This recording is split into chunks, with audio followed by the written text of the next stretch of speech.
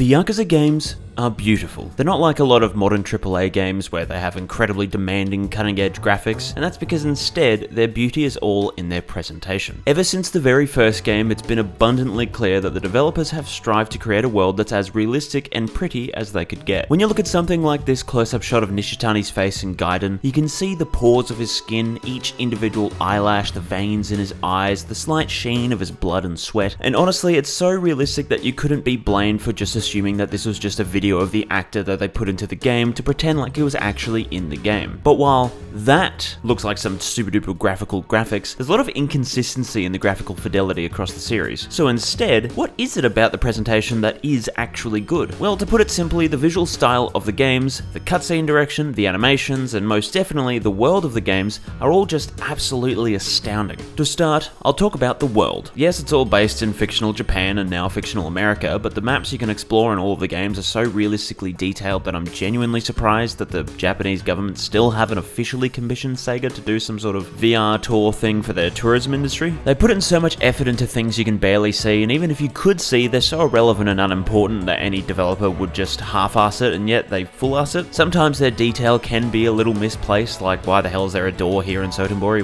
What's the point? But most of the time it just creates such great visual stimuli that I could find just as much entertainment in just looking at everything that I can actually get playing the game. Their locations are so accurately recreated from their real-life counterpart that when I went to Yokohama in real life, I actually knew how to get to real-life Chinatown from real-life Hamakita Park. Another great thing is how many different shops, ads, posters, billboards, vending machines, all those sorts of things are scattered around the map to create even more believability. These signs and things are all either real-life brands that are being advertised in the game, such as the most recent game of Gaiden and Infinite Wealth from the trailers, both having Uber Eats signs and Red Bull signs in Sotenbori. But alongside these are a lot of fake brands that are made to look real, and this blend of real and fake could trick even the most experienced Japanese resident into believing that all of it is just a real world they're looking into. For example, some of the iconic fake brands are Smileburger and Popo, but they also have some other fake ones that constantly sit in the background, never to be touched. One example of that was Wild Jackson, which was constantly watching over players as it sat around Kamurocho, being completely uninteractable for however many years it was there for it then to finally be interactable in Yakuza 6. Or another example, which still to this day remains just out of the grasp of all of us,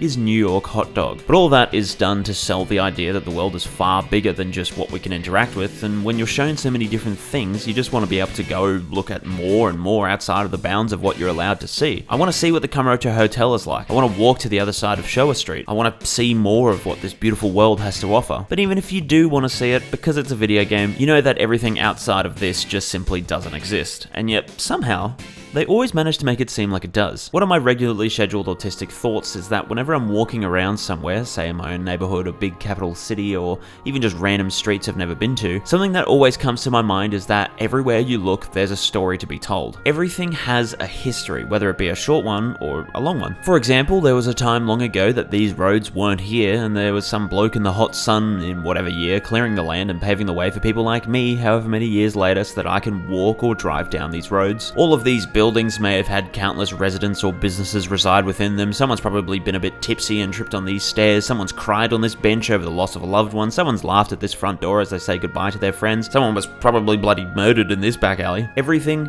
has a history. And although these virtual walls may only have a relevant history of, oh yeah, that was Steve who textured that wall, it only took him like a little bit of time in the afternoon to do it. With all those decorations scattered around all over the map, many of those thoughts of history come to my mind as I explore the maps, and that's because they intentionally have designed the maps in a way that you can reasonably see a history. Sometimes we get the history, like finally learning what the shop is upstairs from Serena, or everything to do with Makoto's massage shop from Yakuza 0, or even seeing the Yagami Detective Agency pop up in this building. But something I love is the unknown or implied history. On this one rooftop in Sotenbori, ever since Kiwami 2, there's been a little soccer field, well, football I guess. There's a few other things up here, but this is the main thing I always think about. The field is small, so either we can assume it's a couple of adults shooting the shit and using whatever space they have, or what I like to think is that it's for a couple of kids. Perhaps a group of workers like to come up here after work and catch up with some drinks, and to keep their kids occupied, they play a bit of soccer. Kiwami 2 takes place in 2006, and if we were to assume that the kids here might be 5 to 7 years old, they'd be born in 1999 to 2001. But now we come all the way up here in Gaiden, or Yakuza Like a Dragon, in the year 2019, and those kids from back in the day would be 18 or 20 now. And yet, the little soccer field is still here. The world has changed so much. Those kids would be going to university or college or whatever, or maybe they're like their parents now, working on the weekdays, dreaming of the weekends so that they too can have a few drinks with some workmates. And yet, the history of those days in 2006 still echo till this very day. Now, in reality, it's just some props added to the map by some modeler who probably thought nothing of it, and they just copied and pasted the map into Yakuza Like a Dragon. And considering how this rooftop is completely irrelevant gameplay-wise, they never bothered changing it, but a story like the one I just bullshitted about seems so plausible in this world. You look at a sports field, whether it's a small one like this or a proper-sized one in any other open-world game, and it's really just empty, lifeless decoration with nothing to make it feel like this is a real place for real people. You can't infer anything unless there is something directly tied to it, like some sort of quest or minigame, but in Yakuza, everything feels so real to the point where it feels like there's been this long history long before the events of Yakuza 0 being the earliest we've been to the likes of Kamurocho and Sotenbori that we only know a fraction of. Running around to all these different buildings and seeing the posters, the signs, sometimes but not all the time, the people inside them, all the little things you see everywhere do an amazing job at selling the realism of the world. Sure, the maps tend to have a resounding strength to never change because they reuse the same goddamn Kamurocho for years and years, but at the same time, there have actually been a fair few iterations of Kamurocho. They keep the layout mostly the same, with roads or scaling changing around for gameplay purposes, like the streets becoming a bit wider in Yakuza 6 for example. But to add a bit of realism, they'll actually have construction being done to random places in the city, and you can look at something like the Gindako Highball Tavern, which just moved across the road, with the building they were stationed at for years having some renovations. It's pretty realistic because, I mean, that happens all the time in real life where a business might move to a different location and they add it in as a nice little touch. And even if it is because they do like to reuse assets, shops and stuff that always stay in the same place year after year is also still realistic, because imagine going to your local bakery that's been there for decades and you walk into their front door and yell at them for reusing assets because they're still here. It's realism, not because the graphics are so high quality that you can almost taste the walls, but because you can so easily convince yourself that this is all just real. Another thing that creates this realism is the people. The crowds of people wandering around the street, the NPCs who will just have little chats with someone on the phone, and the pre-placed NPCs all just do a little bit more to create the world. Here are a few clips of me just standing in Nakamichi Street doing some crowd watching in a few different games. In Yakuza 3, for some reason the crowd density was really high, but something that I liked about that game that slowly over time sort of disappeared was the diversity of the people you'd see. It was annoying that enemy NPCs could appear as regular street ones that you can't fight because it was a bit confusing, but thankfully on Yakuza 5 they did get rid of that. But back on topic, Japan, to no one's surprise, is filled with a lot of tourists. These tourists are from all over the world and will wander the streets just like any old Japanese person. But the more recent the game, the more you'll notice that it's just Japanese people walking around, and so you don't get to see an American walking around saying "Arigato, my man" to everyone they see. But at least in Hawaii they have fixed it, because you can see people from all sorts of different backgrounds, including a lot of Japanese tourists. It's not like it's a big deal, but it's just something that Yakuza 3 did that I quite liked. And speaking of PS3 Yakuza game stuff that I liked, Yakuza 4 has some of my favourite cutscenes in the whole series. Now, it's not for some reason of incredible storytelling, because that game really didn't have any of that, nor is it for things like fantastic animations, acting, dialogue, and music, because all of the games have that. Instead, it was a little thing that they did in a fair number of cutscenes, being immediately noticeable in the very first one. The first cutscene's a very charming little introduction to Akiyama, who in Yakuza 4 was a completely brand new character, and this was his introduction. It was quiet, calm, atmospheric, funny, and incredibly entertaining. And then it ends with it beginning to rain, which was funny because Akiyama was all, "Oh no, Hana, it's raining," and then he looks out the window and sees it isn't raining, and then it starts raining again, but then it very naturally transitions into gameplay, which was really cool. A lot of the Yakuza 4 cutscenes have this pacing that can really slow down, but not in a way that's boring, but in a way that's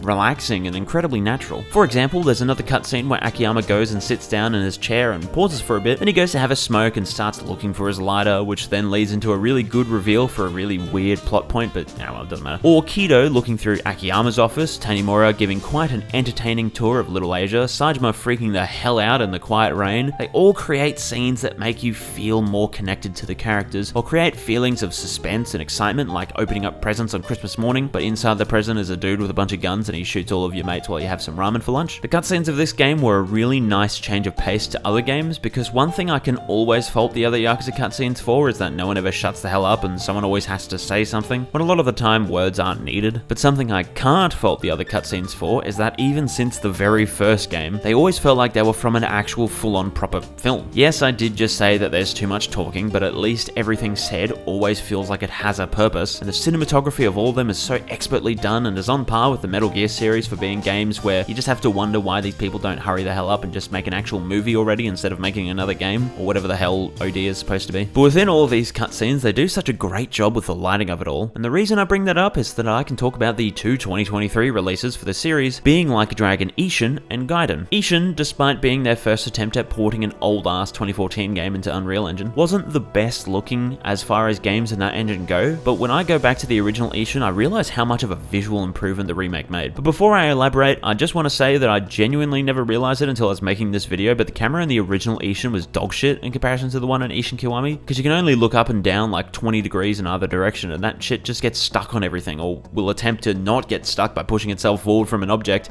even though that object is like a kilometer away. But anyway, a reason they provided long ago for the swap to Unreal Engine rather than the Dragon Engine for an Ishin remake was that the developers felt that they were somewhat unsatisfied by the visual appeal of the Dragon Engine games during the day. I can see where they're coming from with things like, for example, the daytime shadows. During the day, it's most obvious, but the shadows on objects or people in the Yakuza games are drawn when they're about a whopping 4 centimeters in front of you, which I can only put down to optimization. In the Dragon Engine games, the shadows look great. They're not blurry, nor are they pixelated to hell, and look about as realistic as you would expect a shadow to look in sunlight. But another problem that they have that has always really annoyed me is that you will cast a shadow despite being in a shadow. Now, I'm no scientist, but if you stand in a shadow of an enormous building, you are not casting a shadow, my man. Sure, there could be some subtle shadows from light that might bounce around from windows and whatnot, yeah, but that tends not to be plausible in most spots. But likely because the Unreal Engine has the capability to do so, the realism of the lighting and shadows was massively improved in Ishin Kiwami. The shadow draw distance seemed to be the same, unfortunately, but at the very least, you don't cast a shadow in a shadow. On top of that, there were some very lovely looking god rays during the afternoon, which did exist previously, but they look rather lovely here, and the colors, which were a lot of the time kind of washed out in the original Ishin, pop so much more in the remake. And that's not some artistic change between games, because in the Shinsengumi HQ, for example, you can see some lovely looking trees that are just screwed around by the old engine's terrible depth of field bullshit they used to do. Although one thing I will quickly say is that for some reason the sun is way higher in the afternoon in the remake compared to the original, which you wouldn't at all get color and lighting like this when the sun's that high, but they probably did it so that it would look cooler when you looked up at whatever. The way the shadows are much more realistically drawn in this little forest in the afternoon, the way the darks are darker and the lights are lighter, or the way that light bounces off some of the shinier things, really was just a very nice thing to see. And in so many of the cutscenes too, there are just some shots that just look so much goddamn better than the original, like seeing the sunrise in one of them or the rain pour down the other. Say whatever the hell you want about the Ishin remake, but there were just so many things that they just didn't really know how to do back in the original game that they managed to figure out many years later with the Dragon Engine games that they were then able to apply to Ishin and other recent games. But you know what else looked great? The other game of 2023.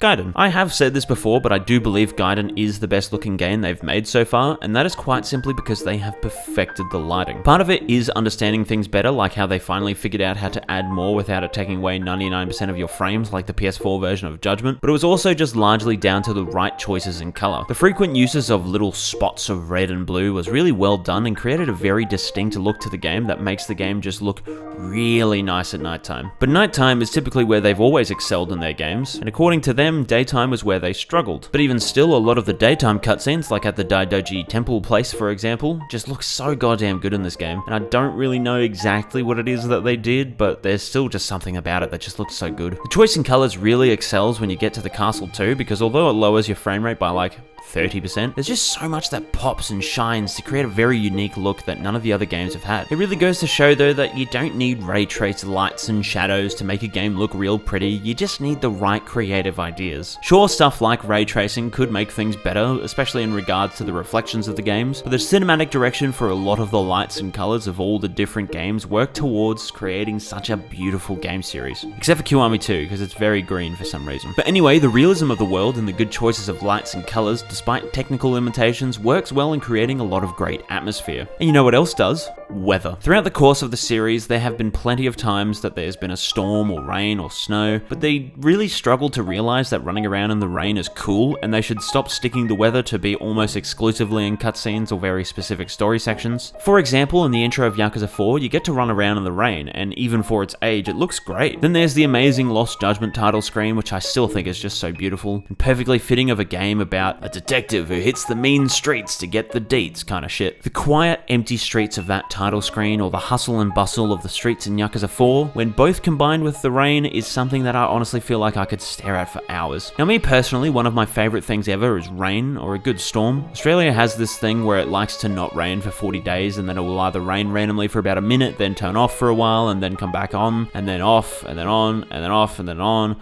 Or, after the 40 days, it will then proceed to rain for 40 days, and the whole country gets flooded. But even still, I love it. It's so calming, peaceful, beautiful, it's just good stuff. And while this is another personal thing, when I was last in Shibuya, it absolutely bucketed down the entire day. But it was just such a beautiful sight to see everyone walking around with their umbrellas, trying to get to the 0 spots in the entire city that were undercover besides being inside a massive building, and seeing the puddles form everywhere and the droplets of rain slowly running down the sides of the walls and the roads. But the most gorgeous part of it all was when the sun set and all the shops had their almost comically bright signs and lights all turn on, and you could see it all beautifully shine on the wet roads and in those aforementioned puddles. There were some parts of the city that were less populated, which were a bit darker, and that in contrast with those absurdly bright parts created a really interesting balance that I, as someone who lives in a part of the world where you can actually see the fucking stars at night, was just amazed by. And so when I see the rare instances of rain in the Yakuza games, it almost makes me feel nostalgic for the beautiful sights I saw in real life, which, hey, guess what? That perfectly ties into the first point I made in the video.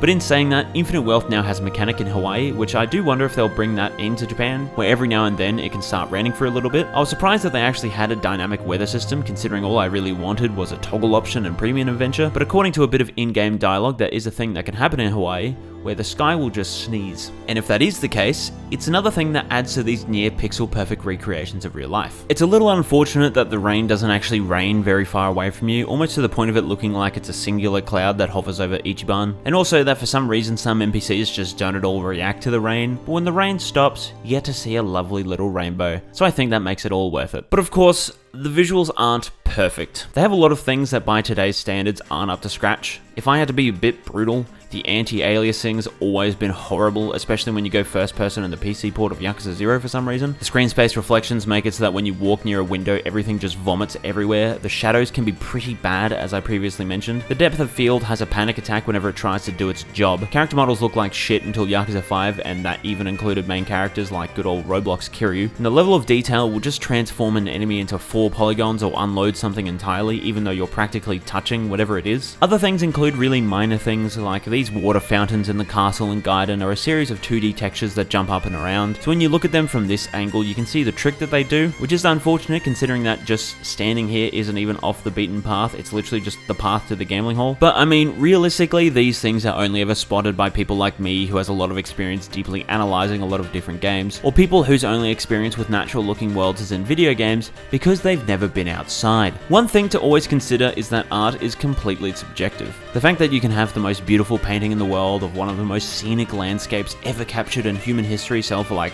$20, but then a stupid red line sell for like $20 million is proof enough that art is also immensely stupid. Sure, the graphics of the Yakuza games aren't cutting edge, but they more than make up for that with incredibly good creative direction in all fields. Yes, the wall isn't so realistically textured that it has the same 497,664,000 pixels that just went by in this video in a single second, but that's because instead the design of the wall is done in a way that creates a very true to life feeling. You don't need 500 million pixels, you once again just need the right creative ideas. To reiterate, these games are beautiful. And if it wasn't obvious, beauty is not what's on the outside, it's what's on the inside. And what's on the inside of a Yakuza game is a lot of big buff men. Now then, this video is over, but if you'd like to, feel free to comment what you think is your favourite sight from the Yakuza games or what you like about the visuals of them. For me, I still think the Lost Judgment title screen is just so cool, but I'd love to hear from you. If I timed this video correctly, it should also be the 25th of December that this comes out, so happy Yakuza Day to everyone, because most of the games are set around Christmas, I don't know